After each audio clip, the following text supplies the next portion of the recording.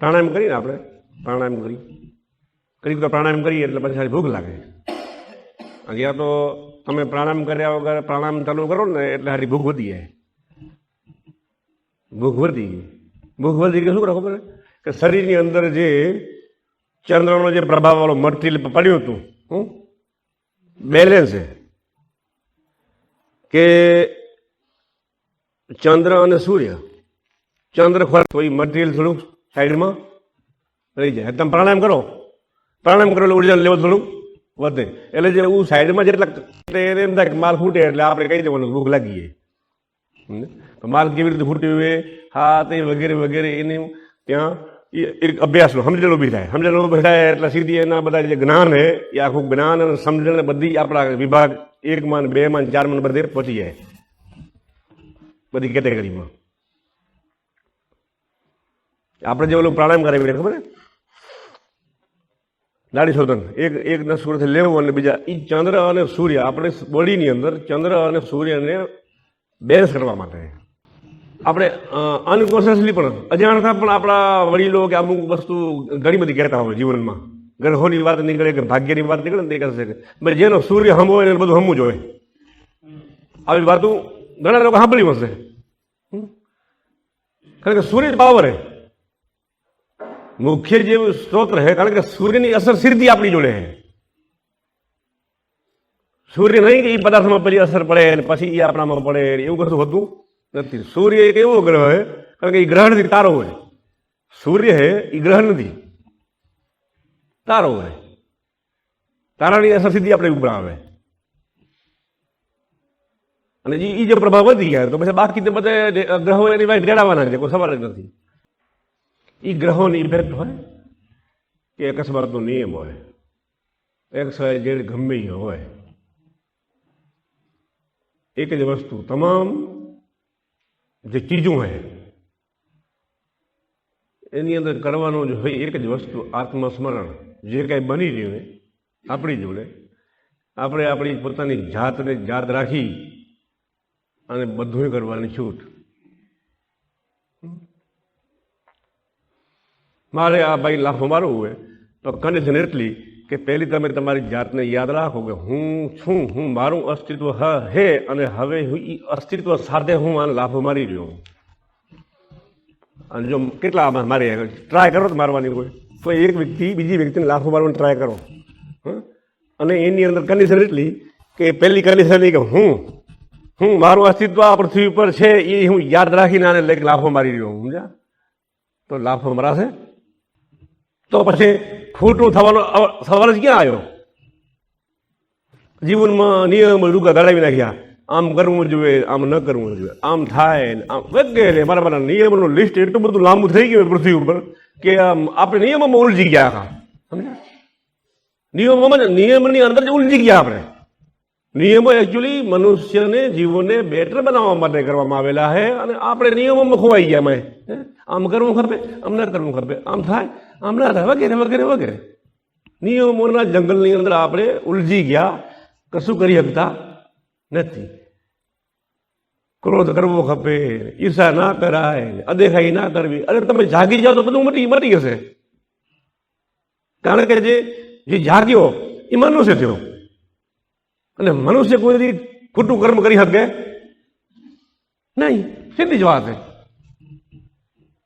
તો બધા 100 જાતના જે નિયમ હોય અને અમુક જાતના દૂષણો હોય એ દૂષણોને ખતમ કરવા માટે એક ટોપિકમાંથી વાત કરવી અને એક ટોપિકમાંથી જીવનમાં ઉતારવું શીખવા જવું એના કરતાં એક જ વસ્તુ શીખી લો ને. સમજ્યા? કે આત્મસ્મરણ કેમ કરવું એક વાત શીખાઈ ગઈ તો બધોને પાંપડા બંધ થઈ ગયા. અને બીજી વાત અમુક લોકોને પછી ભ્રમણા હોય કે આવું બધું કરવા જઈએ ને તો આ બધું ના થાય. એ પણ એક ભ્રમણા એ પણ એક બધું થાય જે નથી થતા એના કારણે બીજા હોય. સમજી લેજો. અધ્યાત્મ જોડે અને આની જોડે કાંઈ લેવા દેવા નથી. અમુક પ્રકારના કાર્યો જ આપણે કરી રહ્યા ને અમુક ટાઈપનું કામ કરવા જતા અમુક કાર્યો ગાયબ થઈ જાય. એવું જો આપણા મનમાં જો ભ્રમણા આપણે રાખતા હોઈએ ને જો તો એ ભ્રમણા ખોટી આપણી ગેરસમજણ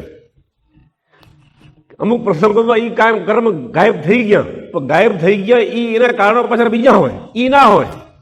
હા, ફક્ત ઓલું કેવું હોય કે ઓલું કાગનું બેહું ડાળને પડવું, એટલે આપણે વસ્તુને જોડી દીધી કે ભાઈ જગતને ભગતને કાંઈ લેવા મેળ પડે નહીં. આવા આપણે વાતો સાંભળી નથી સાંભળેલી છે, કારણ કે એ વર્ષોથી હાલી આવેલી, વર્ષોથી હાલી આવેલી, એટલે આપણા રંગસૂત્રની અંદર, લોહીની અંદર એ ઇફેક્ટ ભળી ગયેલી છે. શું આને કહેવાય ખોટું પ્રોગ્રામિંગ.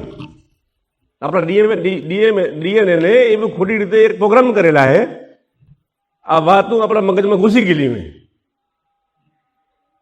અને આ જે ઘૂસી ગઈ હોય એ પ્રકૃતિની ચાલ છે, પ્રકૃતિની જ ચાલ છે. કારણ કે આપણે વાત કરીએ એ પ્રમાણે કે ગ્રહોનો પ્રભાવ. હમણાં એક જુવાળ આવી ગઈ, બેટી બચાવો આંદોલન, સમજ્યા? વચમાં આજથી 5-7 વર્ષ પહેલા નીકળ્યો હતો વ્યસન મુક્તિ વાળો બધું નીકળ્યું હતું, અને હવે બેટી બચાવો નીકળી હવે, અને હજી બે વર્ષ પછી કાંઈક બીજું કાંઈક નીકળશે. એ સમયે કાંક ને કાંક નીકળે જ રાખતા હોય, સમજ્યા? એ ભવાઈઓ બધી હાલતી જ હોય. કોંગ્રેસ આવડી ખરાબ હતી તો 60 વર્ષ રાજ શું કામ કરી ગઈ? સવાલ હે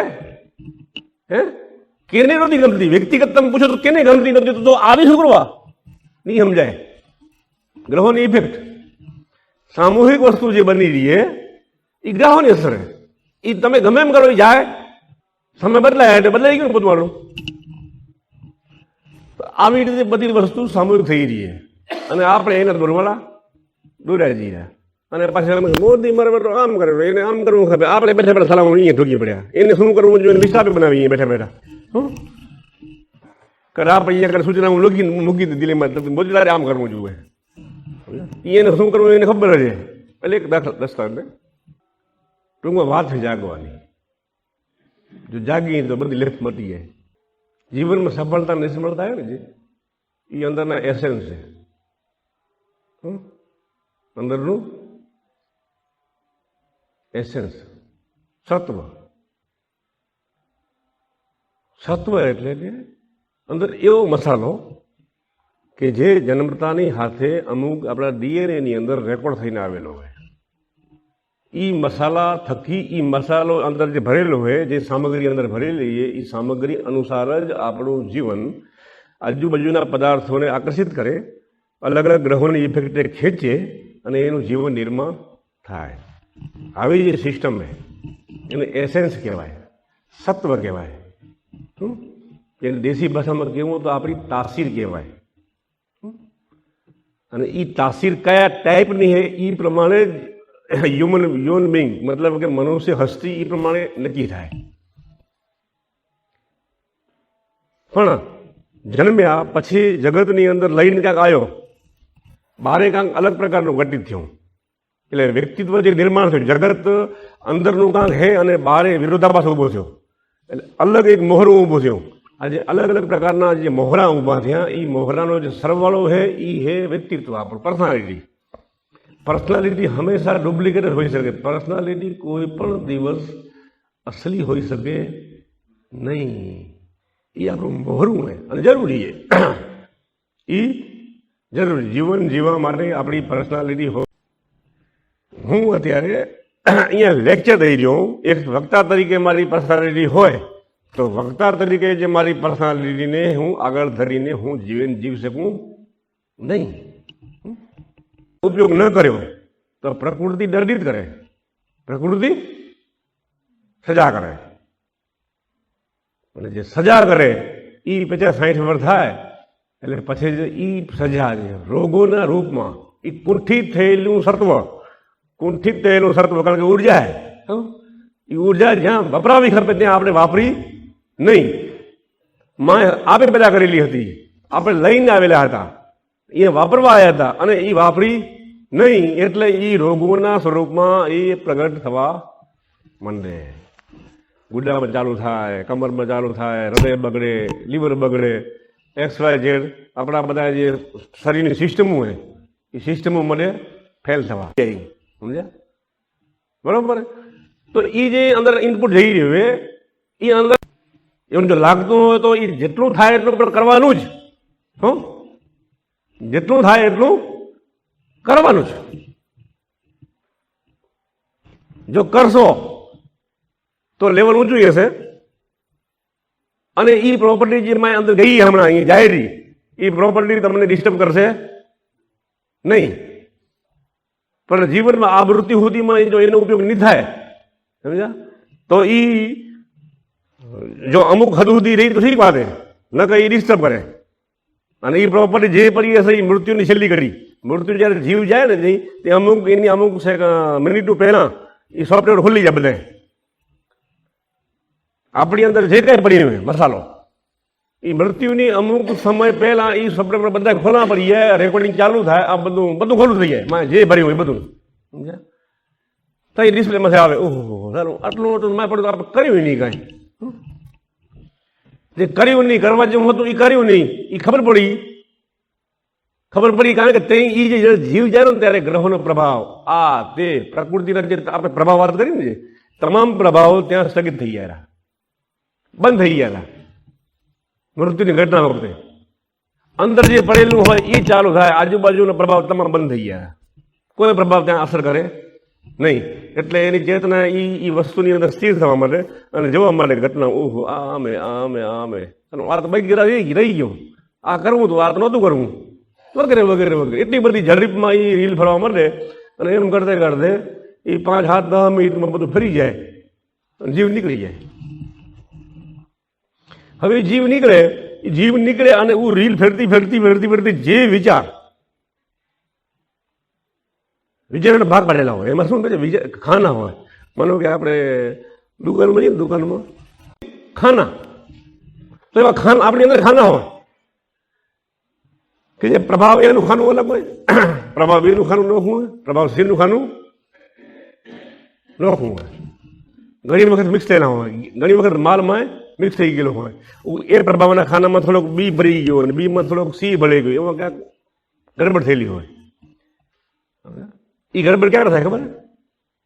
એ ગડબડ આપણે જ્યારે ઇનપુટ લઈએ ને અંદર અહીંયા માનો કે હું કાંઈક વાત કરી રહ્યો, વાત સાંભળવા જેવી છે, એ વાત સાંભળતે કોઈ વિચાર એ પ્રભાવ ટાઈપ લોકો વિચારમાં અંદર ઉદ્ભવ્યો અને એને સી આ બે ભેગું થઈ ગયું એટલે એકબીજા માટે ચડી ગઈ. હવે જ્યાં જાય ને તો એ મારા માટે બે ભેગા જ જાય, જે મગજમાં ખોલે તો એ બે ભેગા જ ખોલે.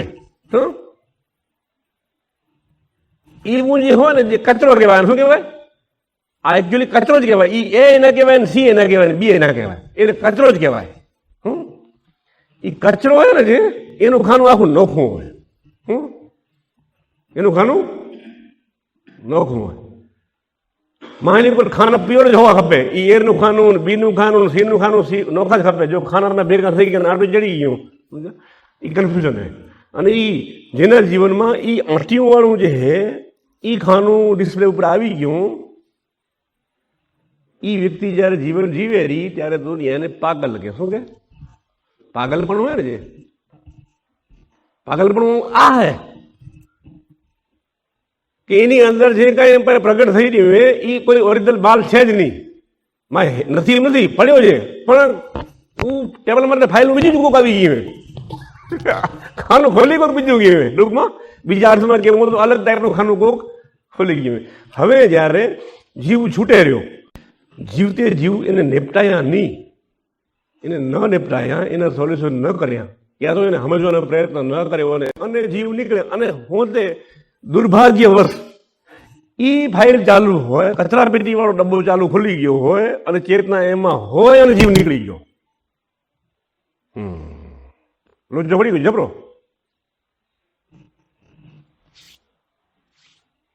બીજો જન્મ જ્યાં જાય ત્યાં એ કચરો હોય ને જે એ આંટીયું જેટલી ઉપર આંટીયું પડેલી હોય ને એ મારી બેટી ભીગી જાય ઉમા કરે અને જીવનની એવી પત્તર ઠોકે કે ના પૂછો વાત. એટલે તો પછી એને બચવા માટે અમુક રસ્તા બચાયા. એટલે મળતું માણ હોય ને તરફડિયા મારતું કે હવે રામ રામ બોલો, ભગવાનને યાદ કરો. આવા જે સૂચનો થઈ રહ્યા ને જે એ ભગવાનને યાદ કરો કે આ કરો કે એટલે કે ક્યાંક જીવ કચરામાં ન જાય. શું કે ટૂંકમાં મૂળ ઓલ્યો જીવ કચરામાં ન જાય એ આપણે ખાલી એક બચાવવા માટે. ટૂંકમાં શું વિચારી રહ્યો એ મતલબ નથી, પણ જે વિચાર હોય એ પ્યોર હોવો ખપે. અહીંયા કન્ડિશન કહીએ ખબર, ભૌતિક જગતનો વિચાર હોય, આધ્યાત્મિક જગતનો વિચાર, દુનિયાના કોઈ પણ ક્ષેત્રનો વિચાર હોય, પણ વિચાર શુદ્ધ હોવો ખપે. એમાં બીજો ભળતો વિચાર હોવો ખપે નહીં. આ કન્ડિશન આવી છે. જીવનમાં સુખ દુઃખ આવે. હવે ઘટના ઘટી જ ગઈ, હવે એ ઘટના એવી છે કે હવે ત્યાં પૂરું થઈ ગયું, એ છૂટી ગયો, એટલે હવે એ છૂટકો એ રોલે પડ્યો, ક્યાંક મેળ આવે ક્યાંક જન્મી જાય તો એ જ કડાપમાં થાય. તો એ એસેન્સની પ્રોપર્ટી પ્રમાણે જે થાય રહ્યું, એસેન્સની પ્રોપર્ટીની અંદર જીવનમાં પરિવર્તન આવે. ઘણા લોકો હમણાં આપણા નડિયાદમાં બચારા ક્યાંક આમ બહારથી ક્યાંક હમણાં રહેવાયા, આપણા કણે બી ક્યાંક નોકરી કરી રહ્યા ઘણા બધા હવે ને એ ચાલુ રહે. કપામાંથી અહીંયા આવી ગયા, તો એ કંપામાંથી અહીંયા આવી ગયા એટલે કંપો એને નથી હરદ્યો એવું નથી, હજી નથી હર્યો, પણ એમાં ભૂલ હે યા એ વ્યક્તિમાં કોઈ ખામી હે યા એને ખેતી કરતા ના આવડી એટલે અહીંયા આવી ગયા એવું નથી. એસેન્સની પ્રોપર્ટી માયલીગુડ જે સત્વ ભરેલું હોય એ સત્વ પ્રમાણે જીવન ચાલવાનું હોય, અને એને પ્રમાણે જો તમે ચાલવા દો તો એ જીવન વ્યવસ્થિત હાલે, એમાં ભૂલવું પડે નહીં. પણ બાહ્ય પ્રભાવો, આપણી રહેણીકરણી, આપણી સંસ્કૃતિ અને આપણી આજુબાજુનો સામાજિક એક બાબતું ઘણી બધી વસ્તુને કરવામાં આપણે રોકી દેવી. એટલે આપણે આપણા સત્વ પ્રમાણે, આપણા એસેન્સની પ્રોપર્ટી પ્રમાણે આપણે જીવન જીવી શકતા નથી. એમાં ગડબડ ઊભી થઈ જાય, એ જે ગડબડ ઊભી થાય રહી એ જ દુઃખનું કારણ છે. ઘણા લોકો આમાંથી એવા હશે કે જે મોટરસાયકલ નહીં હાકલતા હોય, યા તો કોઈ ફોર વ્હીલ નહીં હાકલતા હોય, તો ભાઈ નથી હાકલતા તો આ જમાનામાં કોઈને આપણે સૂચન નથી, તમારે યાર ખરે તમારે કમસે કમ ફટફટી તો હાકલવું જોઈએ, આટલું તમે નથી હાકલતા. પણ એ ના હાકલાય, કારણ કે પ્રોપર્ટીની અંદર એ ફાઇલ છે નહીં. આકર્ષણ જ કોઈ નથી કે ભાઈ અમારે ફટફટી હાકલવું જુઓ, અને એ કોકના કહેવાથી જો હાકલવા માંડે ધારો કે તો એ કોકને પાડે પાડ્યો શું કોકને પાડે ત્યાં કોઈને છપાડી દે. તો આપણે એમ કહીએ કે એના જીવનમાં અવ્યવસ્થા ના સર્જાય, કારણ કે સ્ટ્રક્ચર એવી રીતે નિર્માણ થયેલું હોય, એ સ્ટ્રક્ચર એ રીતે જ નિર્માણ થયેલું હોય કે એના જીવનમાં કદાચ બાઇકનું સાધન હોય કે ના હોય એના જીવનમાં કશો ફેર પડતો નથી. પણ આપણે સમજતા નથી, આપણી સેન્સ એટલી બધી પહોંચતી નથી, એટલે સૂચના તમારે આમ કરવું જોઈએ, તમારે તેમ કરવું જોઈએ, વગેરે વગેરે વગેરે.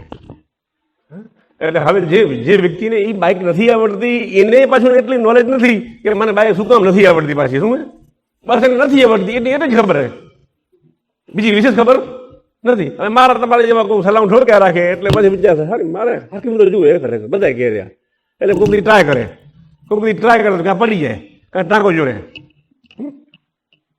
કાં કરે કાં થાય. કારણ કે એ જે થઈ રહ્યું હોય એ એસેન્સની પ્રોપર્ટી, કારણ કે એસેન્સની પ્રોપર્ટી કોઈ ભૂલ કરે નહીં, કારણ કે એસેન્સનો કાં તો ઉપયોગ થાય યા તો એનો ઉપયોગ ના થાય. સમજી લેજો, એસેન્સ એવી પ્રોપર્ટી છે કે એની અંદર એનો કાં ઉપયોગ થાય યા એનો ઉપયોગ ના થાય, ત્રીજું કોઈ થાય એમાં ચેડું તો કદાચ કરી જ ન શકાય. એસેન્સની પ્રોપર્ટીમાં ચેડું થઈ શકે નહીં, યા તો એનો ઉપયોગ થાય યા તો એનો ઉપયોગ ના થાય, એમાં કશી ભેળસેળ થઈ શકતી નથી. અને જો ભેળસેળ કરવાની આપણે કોશિશ કરી તો જીવનમાં મુશ્કેલીઓ સર્જાય.